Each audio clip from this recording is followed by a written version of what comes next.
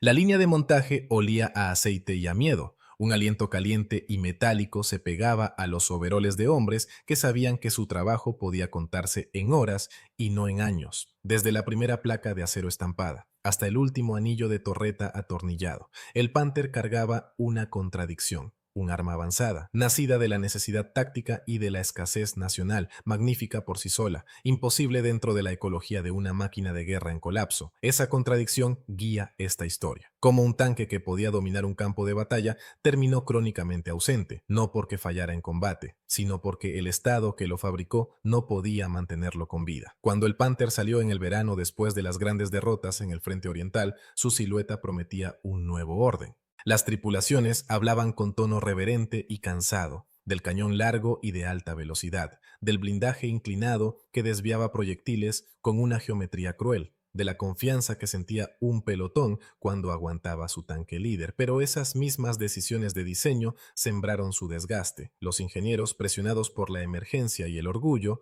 tomaron prácticas de la aviación, maquinado de precisión que exigía tolerancias que ya no garantizaban las menguantes reservas de acero de Alemania ni sus talleres dispersos. En esas tolerancias se escondían las primeras traiciones pequeñas, anillos de torreta frágiles que se agrietaban con los golpes, engranes tratados térmicamente que se fracturaban cuando la composición de la aleación variaba en la cadena de suministro. En la mesa de lectura, un oficial encontraba reportes de servicio que sonaban a tragedia en cámara lenta. Un Panther llega al frente con la transmisión final destrozada tras cruzar una carretera llena de cráteres. Otro pierde un mecanismo de dirección porque los rodamientos enviados eran de grado equivocado. Otro se queda humeando porque la bomba de aceite del motor cavitó en el frío lodo ruso. Los hombres que disparaban su cañón y dormían dentro de su casco eran viscerales ante esas fallas. Aprendieron a cruzar a campo traviesa como mecánicos, a desatornillar tapacubos con los dedos temblorosos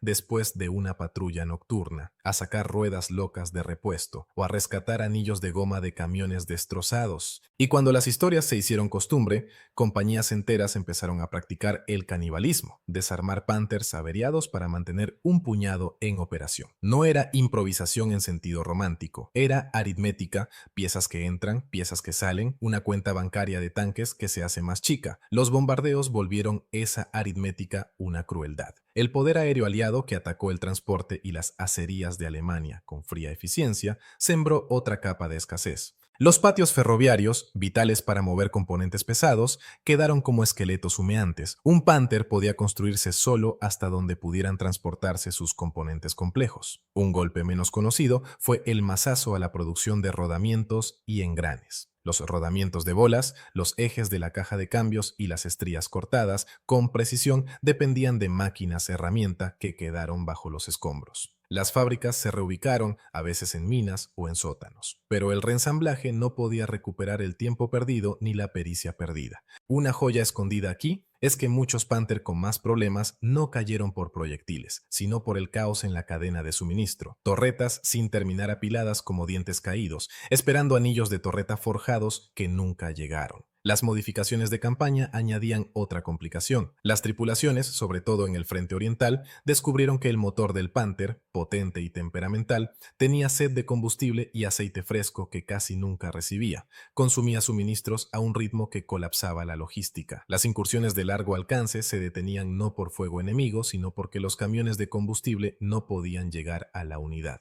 El invierno de las Ardenas mostró esta verdad en una viñeta brutal. Tanques abandonados en bosques silenciosos, motores silenciosos, tripulaciones caminando de regreso bajo un cielo cruel. En lo mecánico, el Panther se parecía más a un auto deportivo nervioso que a los tractores rudos que preferían los ejércitos. Sin mantenimiento meticuloso, sus embragues y transmisiones finales se recalentaban y se desintegraban. Las tripulaciones reportaban un sonido como de animal moribundo cuando fallaba una transmisión final. Un quejido metálico. La esperanza operativa se volvía la tarea fría de levantar el tanque con gatos y cambiar una caja de cambios bajo fuego de artillería. Hay una imagen que se repite en los testimonios de los sobrevivientes. Hombres sentados sobre el glacis de un Panther averiado mientras los aviones aúllan arriba. El cañón enorme del tanque apuntando a un cielo que no lo alimentará.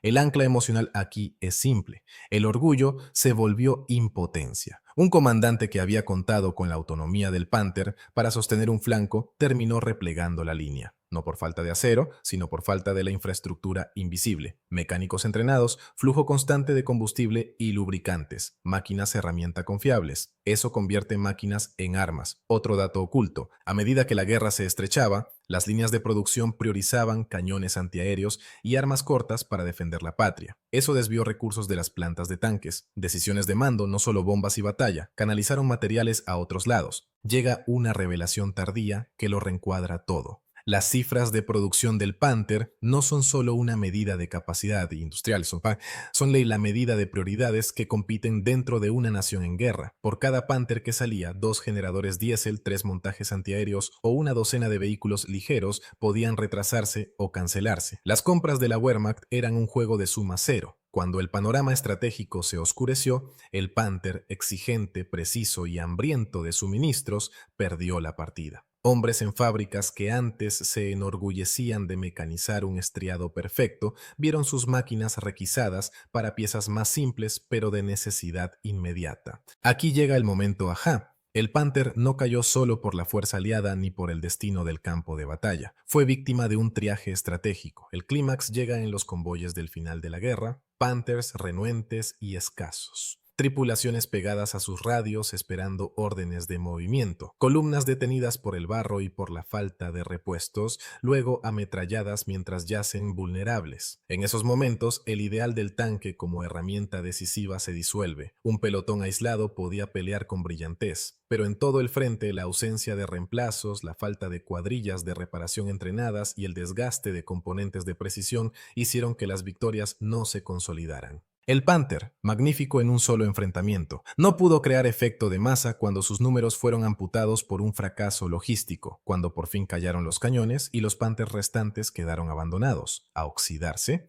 o fueron remolcados a jardines de museo. La lección fue tajante. El valor de un arma vive dentro de una red, orugas y sopletes, estaciones de ferrocarril y refinerías, manos expertas y suministros constantes. La última imagen que guardaría un tripulante no era un triunfo, era un banco de trabajo y un rostro surcado de sudor, apretando un perno en un tanque que nunca volvería a moverse. Esa es la razón por la que el Panther no pudo quedarse en la línea. El brillo sin sostenimiento se vuelve teatro, no guerra. Décadas después, en museos con torretas pulidas y carteles amables, los visitantes admiran las líneas y el blindaje, pero debajo del metal está una verdad más dura. La guerra se ganó y se perdió tanto en talleres y patios ferroviarios como en cualquier campo de batalla. Y el mejor tanque del inventario alemán terminó siendo una víctima del sistema que lo creó. Si te gustó, dale like y suscríbete, de verdad ayuda. Y deja un comentario rápido, cuéntanos desde dónde nos ves. Estados Unidos, Reino Unido, Canadá, Australia o cualquier otro lugar del mundo. Tu respuesta ayuda a que el video llegue a más personas como tú.